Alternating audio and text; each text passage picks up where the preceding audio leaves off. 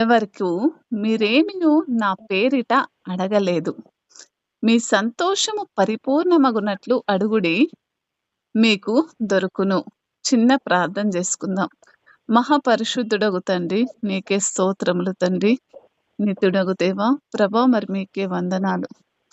తండ్రి అయిన దేవా, ప్రభా మరి మీకే స్తోత్రములు. నిజమే తండ్రి, ప్రభా మరి కూడి ఉన్న ప్రతి బిడ్డని బట్టి ఈ మాట సెలవిస్తున్నారు. ప్రభా మరి నిజమే, నీ పేరున ఏది కూడా మరి అడగలేదని చెప్తున్నారు. అది ఏ విధముగా వారు అర్థం చేసుకోవాలో మరి అట్టి ధ్యానమును ప్రభా మరి వారికి అర్థమయ్యేటట్టు ప్రభా మరి చెప్పే జ్ఞానమును ప్రభా మరి ఆత్మ నడిపింపును నాకు దయచేయండి.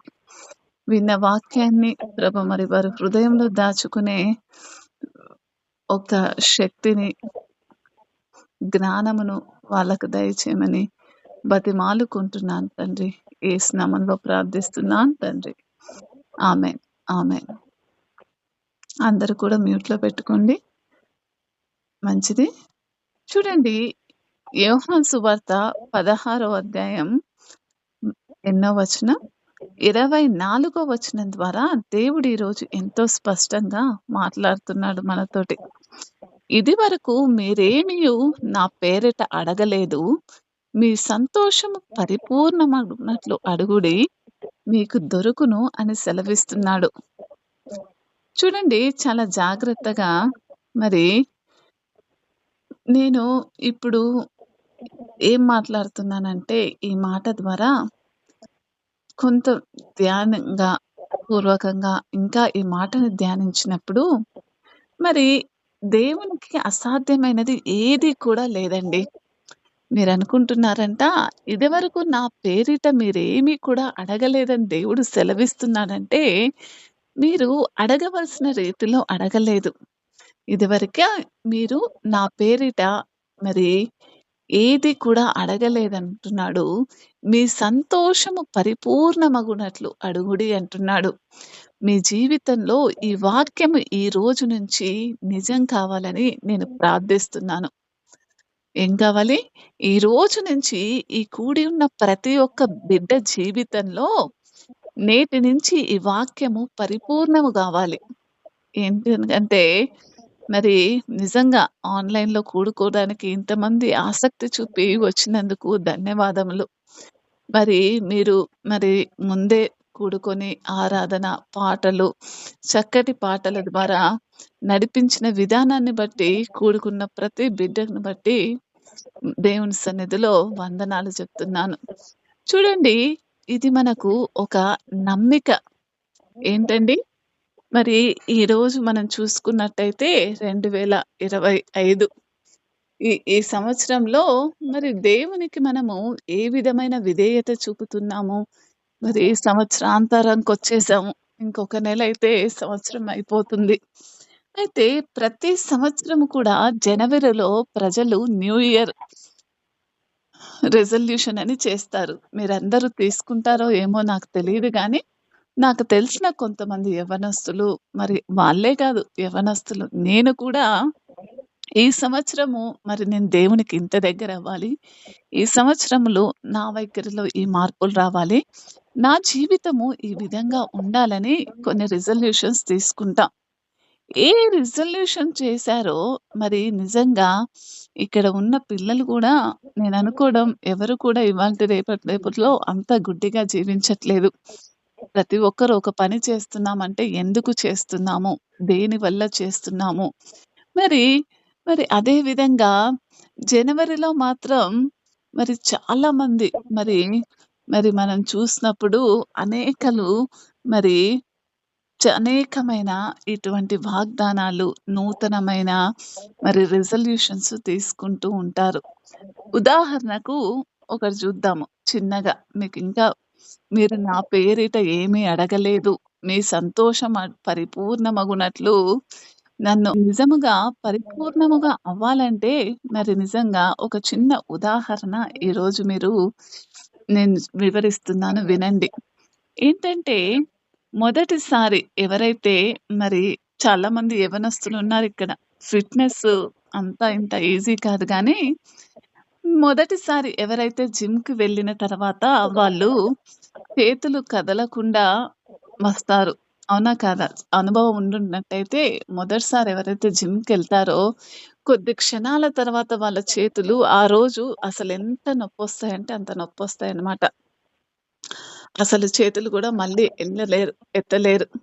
మరి, మరి ఆ జిమ్‌లో ఉన్న ఇన్‌స్ట్రక్టర్లు చెప్పినట్టుగా మరి, మరి ప్రతీదీ కూడా ఎక్సర్‌సైజ్‌లు మరి అన్నీ కూడా జరిగిస్తూ ఉంటాడు. మరి నొప్పి ఎలా ఉంటదంటే, ఆ నొప్పికి కూడా డబ్బులు కట్టి మనం ఉట్టిగనే చేరతారా జిమ్‌లో? మొదటి రోజే ఉట్టిగనే రానిస్తారు గానీ, దేనికైనా మెంబర్‌షిప్ ఉంటుంది. ఆ మొదటి రోజు మరి ఎంతో కొంత డబ్బు కొట్టి, ఆ మొదటి నెల ఒక ఫిట్‌నెస్ కోసం ఒక జిమ్‌లో మరి ఎప్పుడైతే నువ్వు మరి డబ్బు కడతావో ఇదెలా ఉంటదంటే కొన్నిసార్లు నాకు కొందరు చెప్తున్నప్పుడు నవ్వొస్తూ ఉంటుంది. వీళ్ళు డబ్బులు కట్టి నొప్పులు తెచ్చుకుంటున్నారనిపిస్తది. మరి చూడండి, మరి ఇక్కడ మనం చూసినప్పుడు ప్రతి నిర్ణయం గనక ఒక విజన్ అనేది మరి మొదలవుతుంది. అవునా కాదా? జిమ్‌కు వెళ్ళే ముందు మరి ఎవరైనా ఏమని ఆలోచిస్తుంటారు? మరి కలల్లో కాపోతే సిక్స్ ప్యాక్‌ని ఊహించుకొని వాళ్ళ బాడీ దృఢత్వంగా అయినట్టు వాళ్ళు ఊహించుకుంటూ ఉంటారు. చూడండి బట్టలు షాప్‌కెళ్తాం. ఒక బట్టలు కొనేటప్పుడు మనం ఏం చేస్తాము? ఈ డ్రెస్సు ఇలా అద్దం ముందు పెట్టుకొని అమ్మాయిలైతే కొంచెం నాలాంటోళ్ళైతే ట్రై చేశాక మాత్రం తీసుకోరు.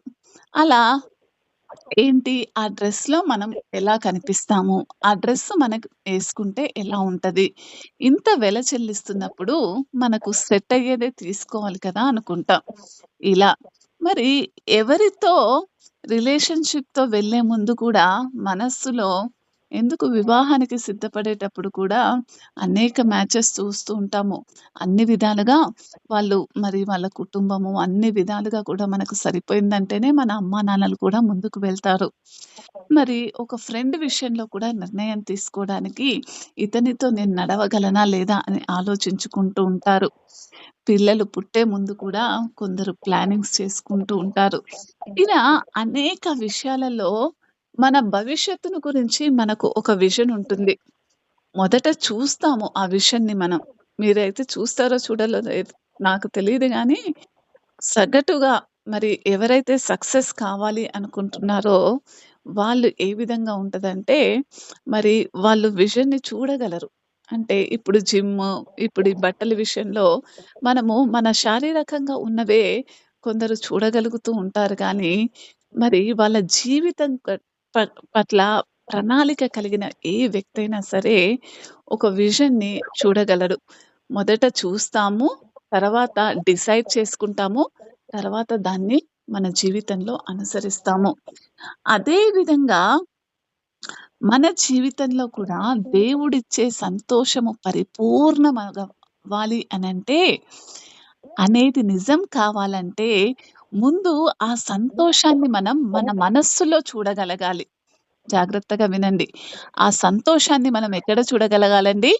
మన మనస్సులో ముందు నువ్వేదైతే ప్రభు దగ్గర కోరుకుంటున్నావో, నువ్వేవైతే ప్రభు సన్నిధిలో మోకరిల్లి ఉపవాసముండి అనేకుల దినముల నుంచి మొరపెడుతున్నావో, దాన్ని నువ్వు పొందుకున్నావని నమ్మగలగాలి. ఎందుకంటే, నమ్మిన వానికి అన్నీయు సాధ్యమని ప్రభువైన యేసుక్రీస్తే చెప్తున్నాడు. ఎవరైతే విశ్వసిస్తున్నారో, ఎవరైతే నమ్ముతున్నారో, మరి అక్కడేమంటున్నాడంటే ఆయన, నమ్మిన వానికి సమస్తము కూడా సాధ్యము అని ఎంతో స్పష్టంగా తెలియజేస్తున్నారు. ఈరోజు చాలామంది జీవితాలలో ఏంటంటే, మరి ఇదివరకు మీరేమి నా పేరిట అడగలేదు అని దేవుడు ఎందుకు చెప్తున్నాడు? మనం అనేక దినముల నుంచి మోకరిల్లి ఆయన సన్నిధిలో మన ఎన్నో వాటి గురించి గోజాడుతూనే ఉన్నాం కదా! యేసు ఈ మాట చెప్పినప్పుడు శిష్యులు ఇంకా పరిపూర్ణమైన నూతన నిబంధనను అనుభవంలోకి రాలేదు. ఈయన మాట ఎవరితో అంటున్నాడంటే శిష్యులతో అంటున్నాడు. పరలోకానికి వెళ్ళిన తర్వాత ఆయన శక్తి, అధికారము, కృప మర్దవత్తత్వము ఇవన్నీ కూడా యేసు నామములో విడుదల అవుతాయని చెప్పాడు. అవునా కాదా?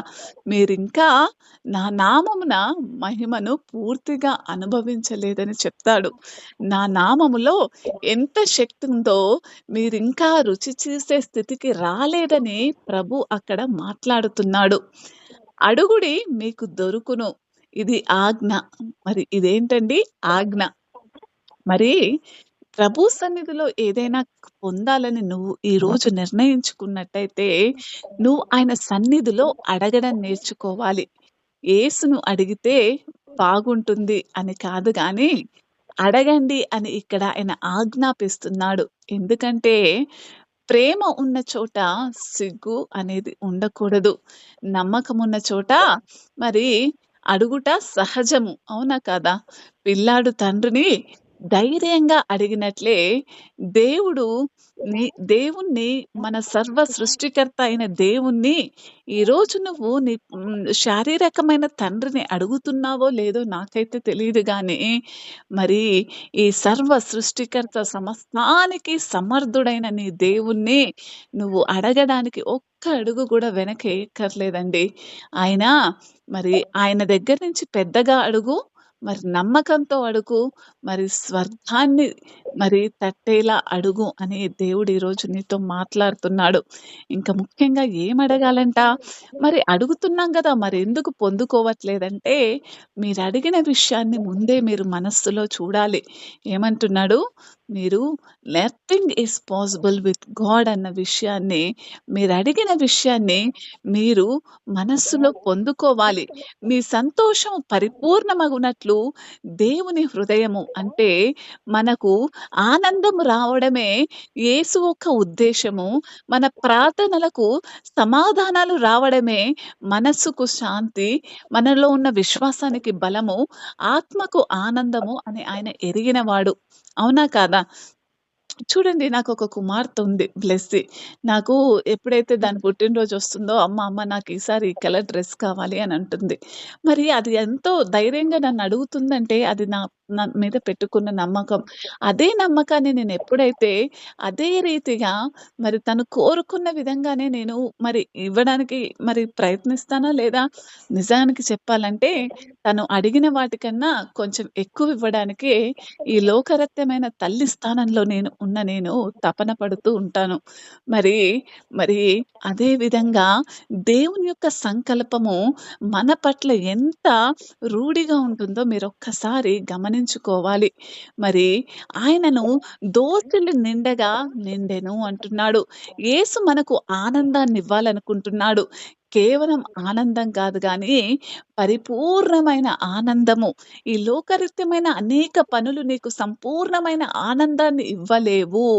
కేవలము దేవుడిచ్చే ఆనందమే నీ హృదయంలో పరిపూర్ణమైన ఆనందంగా ఉంటుందని దేవుడు ఎంతో స్పష్టంగా ఈరోజు నీతో మాట్లాడుతున్నాడు. నీ ఇంటి సమస్యలా? యేసు నామములో అడుగు. నీ ఉద్యోగం మార్పా? లేకపోతే నీకు జీతం పెరగాలా? యేసు నామములో అడుగు. నీ బలహీనతలా? నిరాశలా? భయాలా? యేసు నామంలో అడుగు. అయితే ప్రార్థనలు ఆలస్యమవుతున్నాయా? హన్నా జీవితంలో కూడా అదే గదా జరిగింది. దేవుని ఉద్దేశాన్ని సరిపోయేలాగా అడుగు. ఏ విధంగా అడగాలండి? నీ ఉద్దేశము దేవుని ఉద్దేశానికి సరిపోయేలాగా అడగాలి. హన్నా అదే జరిగించింది. అవునా కాదా? సంవత్సరాల తడబడి ఏడ్చింది. అనేక సార్లు ప్రార్థించింది.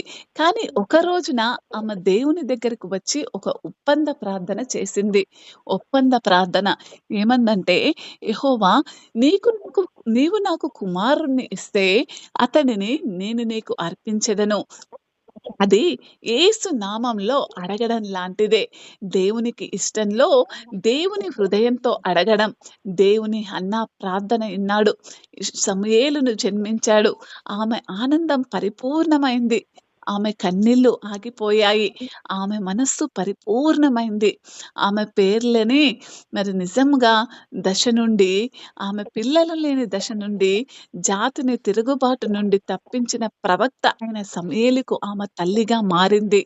నీ ప్రార్థన ఎప్పుడైతే నువ్వు ప్రభువు మీద ఆనుకొని ప్రార్థిస్తావో, నీ జీవితంలో గూడా దేవుడు ఒక గొప్ప విజయాన్ని, ఒక గొప్ప సందేశాన్ని ఇంక నువ్వు అసలు నమ్మవు. అంతటి గొప్ప విజయాన్ని దేవుడు నీకు ఈరోజు ఇవ్వాలని ఆశపడుతున్నాడు. అయితే చూడండి, మీరు నిరాశతో చూస్తే ఆశపై నమ్మకం పోతుంది. రోగాన్ని చూస్తే స్వస్థతపై నమ్మకం తగ్గుతుంది. పేదరికాన్ని చూస్తే ఆర్థిక మేలులపై నమ్మకం క్షీణిస్తుంది. అందుకే మీరు దేన్ని చూడాలని నేను ఆశపడుతున్నానంటే, మీలో ఆర్థిక పురోగతిని మీరు చూడాలి. మీలో సంతోషాన్ని మీరు చూడాలి.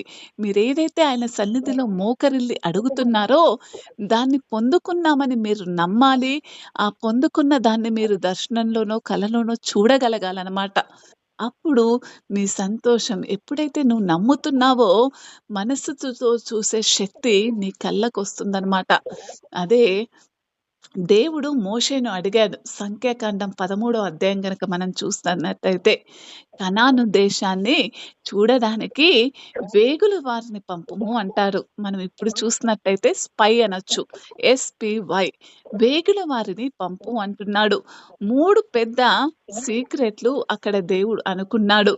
దేవుడు ఇప్పటికే ఆ దేశాన్ని ఇవ్వాలని నిర్ణయించేశాడు.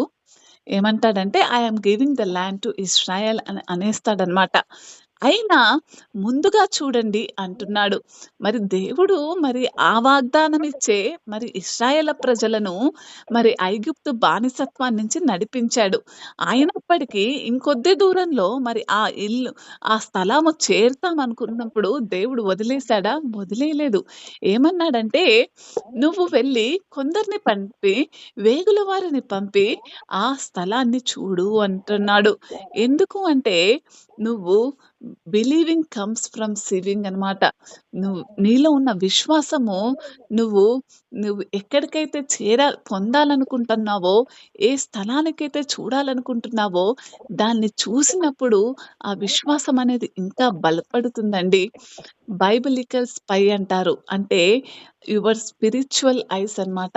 నీ ఆత్మీయ నేత్రాలతో నువ్వేదైతే ప్రభు సన్నిధిలో కోరుకుంటున్నావో, దాన్ని నువ్వు చూడగలగాలి. నువ్వు ఆత్మీయమైన నేత్రాలతో నువ్వు అడిగిన ప్రతి ప్రార్థనలో నువ్వు పొందగలగాలి. నువ్వు ఆ ప్రార్థన నీ జీవితంలో నెరవేరినట్టు నువ్వు చూడగలగాలనమాట. దేవుడిక్కడ చెప్తున్నాడు, "నీవు చేసిన దానిని నేను నీకు ఇస్తాను" అంటున్నాడు. మరి గిఫ్ట్ ఇచ్చేటప్పుడు మనమేం చేస్తామండి? ఎవరికైనా గిఫ్ట్ ఇచ్చేటప్పుడు సర్ప్రైజ్‌గా ప్యాకింగ్ చేస్తాము. కానీ దేవుడు అలా కాదు. మనుషులు కళ్ళు మూసుకో ఎప్పుడైతే నువ్వు కళ్ళు మూసుకొని ఆయన సన్నిధిలో మరి మొరపెడుతున్నావో, ఆయన సన్నిధిలో దానికై కనిపెడుతున్నావో, అప్పుడు దేవుడు నువ్వు కోరుకున్న దానిని నీ కళ్ళెదుట నిలుపుతాడు. మరి అటువంటి ఆ విధముగా ఇదొక ఒక ఒక ఆత్మీయ స్పిరిచ్యువల్ గేమ్ అనుకోవచ్చు. ఇది నిన్ను నువ్వు నువ్వు ఒక స్పైగా ఉండాలి దేవుని సన్నిధిలో. గాడ్ వెర్షన్‌లో ఏంటంటే, నువ్వు స్పై ఒక చిన్న కన్నులు గల నీ భవిష్యత్తును చూడగల ఆత్మీయ నేత్రాలు నీలో వెలిగింపబడాలనమాట. దేవుడు కూడా ఆహ్, మరి నీతో ఈ చిన్న గేమ్‌లో మరి నువ్వెప్పుడు నిజంగా నువ్వు అడిగిన దాన్ని బట్టి నువ్వెప్పుడు ఆయన సన్నిధిలో మోకరిల్లుతావు. ఆయన సన్నిధిలో నీ నీ యొక్క పట్టుదల, నీ యొక్క విశ్వాసం ఏ విధంగా ఉందో దేవుడు మరి నిజముగా మరి పరీక్షిస్తూ ఉంటాడండి. నీకు స్వస్థతనిచ్చే వాగ్దానం ఆయన ఎప్పుడో ఇచ్చాడండి. ఆయన ఏంటండి, ఆయన పొందిన గాయాల ద్వారా మనం స్వస్థత పొందుతున్నాం. నీకు సమృద్ధి తెచ్చే వాగ్దానం ఆయన ఎప్పుడో ఇచ్చాడండి. ఏమన్నాడంటే, ఆయన పు ఆయన పేదరికంలో పుట్టాడు. ఎందుకు? మనల్ని ధనికులుగా చేయడానికి. భయాల్ని తొలగించే వాగ్దానం కూడా ఇచ్చాడు. I am with you always అంటున్నాడు. సాధ్యం కాని దాన్ని సాధ్యమయ్యే వాగ్దానం కూడా ఇస్తున్నాడు. All things are possible through God అంటున్నాడు. దేవుడు ప్రతిరోజు కూడా మనల్ని ఇలా అడుగుతాడు. "నువ్వు నా వాగ్దానాన్ని చూస్తున్నావా?" అంటాడు గానీ, "నువ్వు నా వాగ్దానాన్ని వింటున్నావా?" అనడు.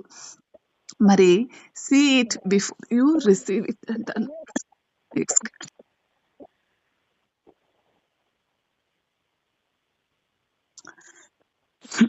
Excuse me.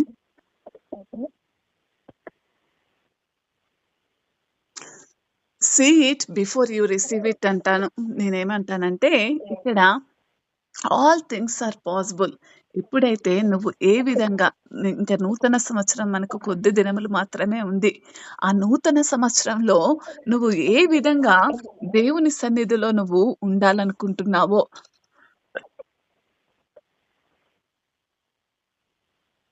ఏ విధముగా ఆయన సన్నిధిలో నీ జీవితము, ఆయన సన్నిధిలో లేకపోతే నీ భవిష్యత్తు కోసం కావచ్చు, ఇంకా దేన్నైనా కావచ్చు, దేని గురించైనా సరే దేవాతి దేవుడు అంటున్నాడు.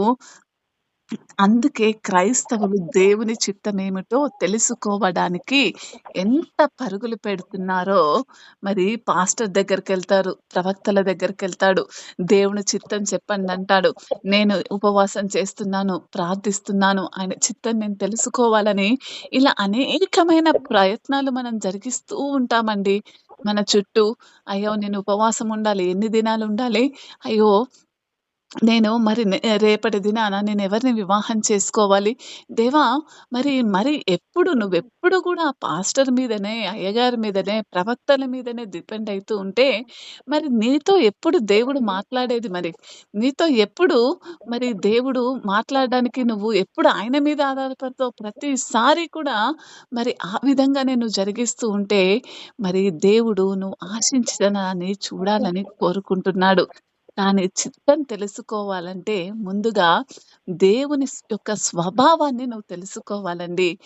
దేవుని స్వభావం ఇవ్వడమైతే, దేవుని చిత్తం కూడా నీకివ్వడమే.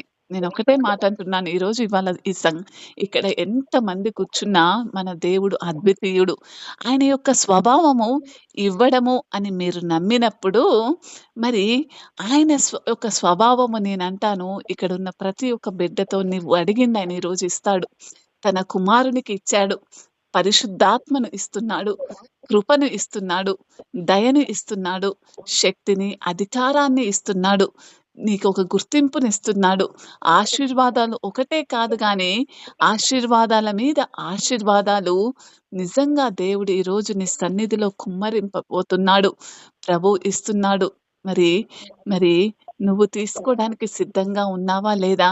మరి నిజంగా నువ్వొక మరి దేవుడు మోషేతో అన్నాడు. మరి నిజంగా మనం చూసినప్పుడు ఏమన్నాడండి? మరి వేగుల వారిని పంపి కనాను ప్రాంతాన్ని చూసి రమ్మన్నాడు. మరి ఎంత గొప్ప సత్యము దాగుందంటే ఈరోజు అందులో గా దేవుడు క మరి ఈ నా కళ్ళు మనకేమైతదంటే అండి, మన ఆత్మీయ నేత్రాలను పూర్తిగా మూసుకుపోయి ఉంటాయి. దేవుడు నాకు సర్ప్రైజ్‌గా ఒక భాగస్వామినిస్తాడనుకుంటాడేమో! కానీ అది కాదు. మొదట కూర్చో. నువ్వు ఒక జీవిత భాగస్వామి కోసమే నువ్వు ఈరోజు ప్రార్థించినట్టయితే, ఆమెకేమి పోలికలుండాలి? ఆమె నీతో ఏ విధంగా నడవాలి? ఏ విధంగా ప్రవర్తించాలి? ఆమె రంగు, రూపు సమస్తము గూడా నువ్వు ఒక పేపర్ మీద రాసుకో. దేవా! నేను ఈరోజు చూడబోతున్నాను అని నువ్వు ప్రభు సన్నిధిలో కనిపెట్టి నీ ఆత్మీయ నేత్రాలతో మరి విశ్వసించిన ఈ పోలికలతో ఉన్న అమ్మాయిని నాకు చూపించు ఆయన సన్నిధిలో నువ్వు కూర్చోవాలి. మరి అది దేవుడు మరి ఇటువంటి నమ్మకాన్ని, ఇటువంటి కళ్ళు నీవు నమ్మితే నీవు పొందుతావన్నప్పుడు మరి ఆయన ఏమంటున్నాడంటే, నిజంగా నీ యొక్క ప్రతి ఒక్క మాట, నీ యొక్క ప్రతి ఒక్క స్వభావము, నీ యొక్క ప్రతి ఒక్క నీ సంతోషము పరిపూర్ణమగునట్లుగా అడుగుడి అంటే, ఎప్పుడైతే నువ్వు ఆయన మీద సంపూర్ణముగా ఆనుకున్నావో, అప్పుడే ఆయన సమస్తమును కూడా చేయగలడు గానీ, నువ్వు పైపైన ఆనుకొని, నీ పైపైన ప్రార్థనలు, నీ పైపైన విధేయత, మరి ఇవేవి కూడా దేవునికసలు లెక్క రావండి. మరేమంటాడంటే నిజంకి అందుకే అంటున్నాడు, మీరిప్పటి వరకు నన్నసలేం అడగలేదంటున్నాడు. మరి ఇప్పటి వరకు మీరు చేసిన ప్రార్థనంతా కూడా వ్యర్థమే అని తెలియజేస్తున్నాడు. మీ సంతోషము పరిపూర్ణమగునట్లు నన్ను అడుగుడి అని సెలవిస్తున్నాడు.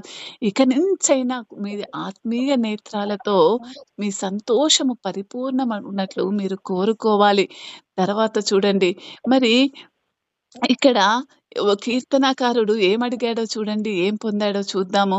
21 కీర్తన 4 చరణంలో గనక చూసినట్టయితే, ఆయుస్సునిమ్మని అతడు నిన్ను వరమడగగా, నీవు దానిని అతనిని అనుగ్రహించి ఉన్నావు. సదాకాలము నిలుచు దీర్ఘాయువు నీవు దయచేసి ఉన్నావు అంటున్నాడు.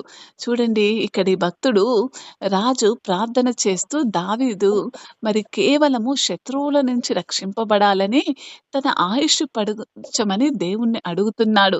కానీ దేవుడిచ్చిన ఆశీర్వాదం అతడు అడిగిన దానికంటే చాలా ఎక్కువ అని తెలుసుకొని, మరి దేవుడిచ్చింది దీర్ఘాయుష్షు, నిత్య జీవము, గౌరవం అని తెలుసుకున్నాడు. దేవుని ప్రేమ అనేది ఈ విధంగా పనిచేస్తుందండి. మనము అడిగిన దానిని మాత్రమే కాదు గానీ, మరి మనకు అవసరమైన దానిని కూడా ఆయన తన దయతో ఇస్తూ ఉంటాడు.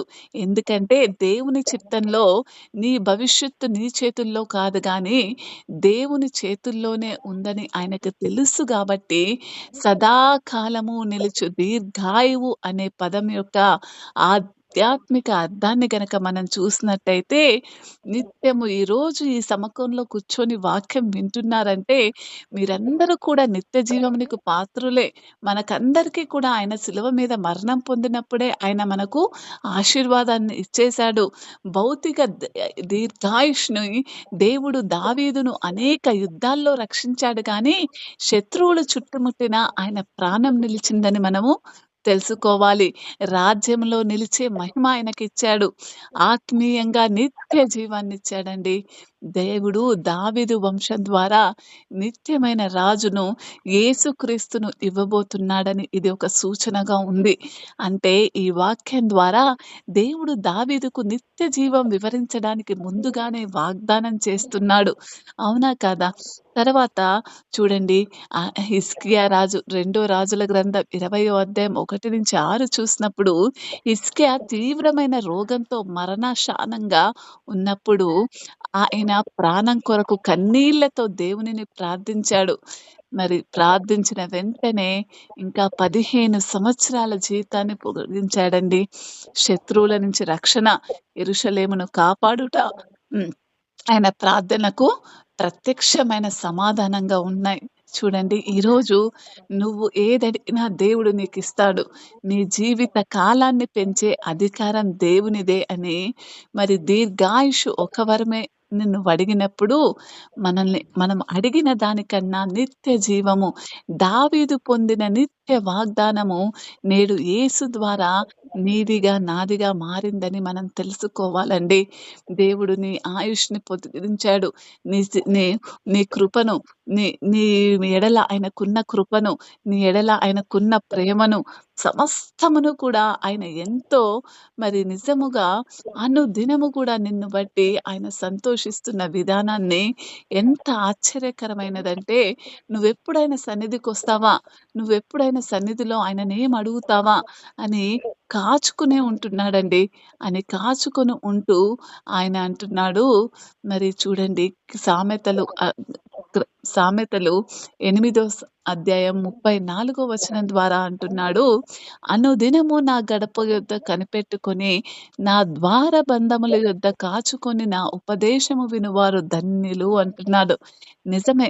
మరి దేవుని సన్నిధిలో ఎవరమైతే కాచుకొని ఉంటారో, దేవుడు ఒకరోజు వచ్చిన వారిని కాదు గానీ, మరి ఆయన మీ సన్నిధిలో మీ ప్రార్థనలు ఎందుకు వినట్లేదంటే, ఇది ఇంకొక కారణం. మొదటి కారణం ఏంటి? మీరు మరి ఆయన మీకు వివరించిన మీరేదైతే కోరుకుంటున్నారో దాన్ని మీరు మరి పొందామన్న విశ్వాసం మనలో ఉండాలి. మరి దాన్ని ఆత్మీయ నేత్రాలతో మనం పొందామని మనం సంపూర్ణంగా నమ్మాలనమాట. అనుదినము నా గడప యొద్ద కనిపెట్టుకొని అంటే, ఇక్కడున్న అనేకులలో దేవుని పట్ల క్రమము లేదని మాట్లాడుతున్నాడు. మీకు ఇష్టమైనప్పుడు, మీకు తోచినప్పుడు, మీకు ఇష్టమైనప్పుడు ప్రార్థిస్తారు. మీకు ఇష్టం లేనప్పుడు ప్రార్థించరు. మరి నలుగురున్నప్పుడు తినేదానికి ప్రార్థన చేసుకుంటారు. ఇంకెవరున్నా ప్రార్థన చేయరు. మరి కొందరితో దేవుణ్ణి పంచుకుంటారు. కొందరితో దేవుణ్ణి పంచుకోరు. దేవుడు ఒకరోజు మరి దేవునికి అనుకూలంగా నడిస్తే కాదండి. ప్రతిరోజు కూడా తనను వెతికే వారిని ఆశీర్వదిస్తాడని గుర్తుంచుకోవాలి. నువ్వేదో కష్టమొచ్చినప్పుడు, ఏదో బాధొచ్చినప్పుడు ఆయన సన్నిధికి రావడం కాదు. దేవుడు కోరుకునేదేంటంటే, దేవుడు అనేది నీ జీవితంలో ఒక మొహం కడుక్కోవడము. ఉదయం లేవంగానే ఏం చేస్తామండి? బ్రష్ చేసుకుంటాం ఫస్ట్. తర్వాత కొద్దిసేపు పనంతా అయ్యాక స్నానం చేస్తాం. ఇవన్నీ కూడా మన దినచర్యలో ఏ విధంగా భాగమయ్యాయో దేవాతి దేవుడు అంటున్నాడు. ఆయన కూడా మన దినచర్యలో భాగం కావాలని ఆశపడుతున్నాడు. దేవుని దగ్గర రోజుకి ఒక్క క్షణం వచ్చినా మరి వస్తూ నువ్వు ఈరోజు ఒక క్షణం గడిపెళ్ళిపోయావనుకో, రేపు అదే సమయానికి దేవుడు ఎదురు చూస్తూ ఉంటాడు నీ సన్నిధిలో. దేవుడు మాట్లాడే వ్యక్తిగా, ఎదురు చూసే మనిషిగా మరి ఆనాడు ప్రతి దినము కూడా సాయంత్రం వేళ ఆదాము, అవ్వతో గడపడానికి వచ్చిన దేవుడు, ఈరోజు మళ్ళీ నువ్వు ప్రార్థించే సమయానికి నీ కోసం ఎదురు చూస్తూనే ఉంటాడు. నీ కోసము మరి ప్రతిరోజు కూడా దేవుని దగ్గరికి వచ్చేవారు రోజు దిశను పొందుతూనే ఉంటారు. ఈ విధంగా నువ్వు దేవుని దగ్గరికి రావడం ప్రతి దినము కూడా అలవరుచుకున్నట్టయితే, దేవుని సన్నిధి కనిపెట్టడం అంటే, అప్పుడు మెల్లమెల్లగా నీ ఆత్మీయ నేత్రాలు తెరుచుకొని, ఒక్కసారిగానే మనము మ హైకి ఎళ్ళలేం కదండీ! అందుకనే ప్రతి దినము కూడా మన ప్రార్థనా జీవితాన్ని, బైబిల్ ధ్యానించే జీవితాన్ని ప్రతి దినము కొద్ది కొద్దిగా పెంచుకొని, మరి మన ఆత్మీయ నేత్రాలు తెరుచుకునే ద్వారానికి మనమే ఒక కారణం కావాలి. జ్ఞానం వస్తుంది. మనకు రక్షణొస్తుంది. నిర్ణయాలలో స్పష్టతొస్తుంది.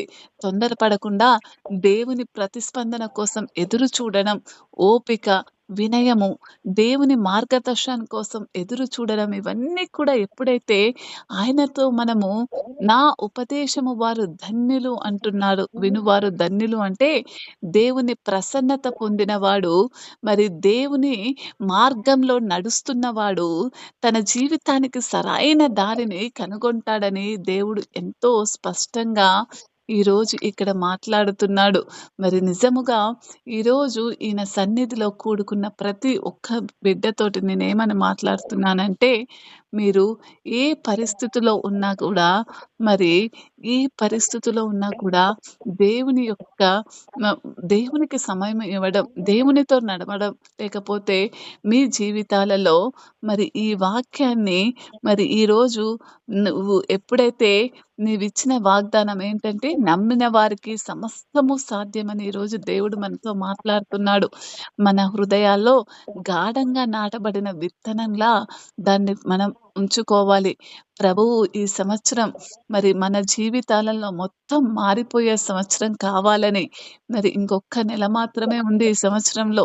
మీరు ఇంకను ప్రభు కోసం చేయాలనుకున్న పనులు, మీరు నిర్ణయించుకున్న పనులు కానీ, ఆ నమ్మకం దర్శనంతో మొదలవుతుందని నేను ఈరోజు మాట్లాడుతున్నాను. నువ్వు దేనికోసమైతే విశ్వసిస్తూ ఉన్నావో, దేనికోసమైతే ఈ సంవత్సరంలో ఈ పని అయిపోవాలనుకుంటున్నావో, దాని మీద నమ్మకముంచి దాన్ని పొందామని మరి దాన్ని చూడడానికి నీ నేత్రాలను తెరవమని ప్రభు సన్నిధిలో కోరుకో. మా మనస్సును కళ్ళను తెరువు తండ్రి. మా ఆత్మ కళ్ళను తెరువుము తండ్రి. నీ వాగ్దానాలు చూడగలిగిన దృష్టిని మాకు దయచేయము తండ్రి అని ప్రార్థించు ఈరోజు నువ్వు. నిజంగా అటువంటి ప్రార్థన ఎప్పుడైతే నువ్వు చూస్తావో, మరి ప్రామిస్ చేసిన ల్యాండ్‌ని ఇశ్రాయేలు ముందుగా చూసాకే నీవు వారికి ఇచ్చినట్లే దేవా, మేము పొందబోయే ఆశీర్వాదాలను ముందుగా మా మనస్సులో చూడగలిగే కృపను ప్రసాదించండి అని ప్రార్థన చేయండి నేటి నుంచి. మరి కళ్ళు మూసుకున్నట్టయితే చిన్న ప్రార్థన చేసుకుందాం. కూడి ఉన్న ప్రతి బిడ్డ కూడా కళ్ళు మూసుకున్నట్టయితే ఈరోజు విన్న ఈ వాగ్దానాన్ని బట్టి చిన్న ప్రార్థన చేసుకుందాం. మహాపరిశుద్ధుడగు దేవా, ప్రభా, ఈ యువతతో ప్రతి ఒక్కరి జీవితంలో కూడా కొత్త దర్శనాలను ప్రసాదింపజేయండి తండ్రి. ఆరోగ్యం కోసం దృష్టి, ఆత్మీయ వృద్ధి కోసం దృష్టి, మంచి చదువులు, ఉద్యోగం కోసం దృష్టి, పరిశుద్ధమైన సంబంధాల కోసం దృష్టి, జీవిత భాగస్వామి కోసం దృష్టి, కుటుంబాల రక్షణ కోసం దృష్టి, మరి వివాహాల కోసం దృష్టి, దేవుని రాజ్యానికి ఉపయోగపడే జీవిత దృష్టిని ఇవన్నీ వారి హృదయాల్లో వెలుగుగా ప్రకాశింపజేయము తండ్రి. ప్రభువైన యేసు తండ్రి, మా కళ్ళతో తండ్రి ఇక్కడ కూడి ఉన్న ప్రతి బిడ్డ కళ్ళతో చూస్తే తండ్రి భయము, నిరాశ, లోటు, నొప్పి కనిపిస్తున్నాయేమో తండ్రి. కానీ విశ్వాసమనగా మనస్సు కళ్ళతో చూసే దర్శనం అని నేడు మాకు నేర్పావు తండ్రి. నిజమే తండ్రి. కాబట్టి ప్రభు, మేము నీ వాక్యాన్ని చూడగలిగే కృపను ప్రసాదించుము తండ్రి. నీ వాగ్దానాలను నమ్మి అలా జరగబోతున్నట్లుగా చూడగలిగే ధైర్యాన్ని ఇవ్వండి తండ్రి. మరి ఈ సంవత్సరం మేము నిర్ణయాలు తీసుకునే సమయం వచ్చేసింది తండ్రి. మా నిర్ణయాలు ప్రపంచం చూపిన చిత్రాలపై కాకుండా తండ్రి, నీ వాక్యం చూపిన చిత్రాలపై ఆధారపడుటకు సహాయం చేయండి తండ్రి. ప్రభువా, మరి ఇక్కడున్న ప్రతి బిడ్డ భయాన్ని చూపించే దయ్యపు దర్శనాలన్నిటి నుంచి ఛేదించండి తండ్రి. వారి భవిష్యత్తు గొప్పదిగా, శక్తివంతమైనదిగా, నీ మహిమతో నిండినదిగా చూపుము తండ్రి. ఈ యువతలోని ప్రతి మనిషి నమ్మకం నేర్చుకున్నట్లు, దర్శనం పొందునట్లు, అద్భుతాలు అనుభవించినట్లు, ఆశీర్వాదాలు స్వీకరించినట్లు నీ పరిశుద్ధాత్మ శక్తితో ప్రతి ఒక్కరిని తాకమని బతిమాలుకుంటున్నాను తండ్రి. అవును తండ్రి. ప్రభా, మరి వీరి మనస్సులో నీ వాక్యాన్ని నిలుపు తండ్రి. ప్రభా, వీరికి దర్శనం కలగజేయండి తండ్రి. ఆ దర్శనాన్ని నెరవేర్చే శక్తిని కూడా వీరికి ఇవ్వండి తండ్రి.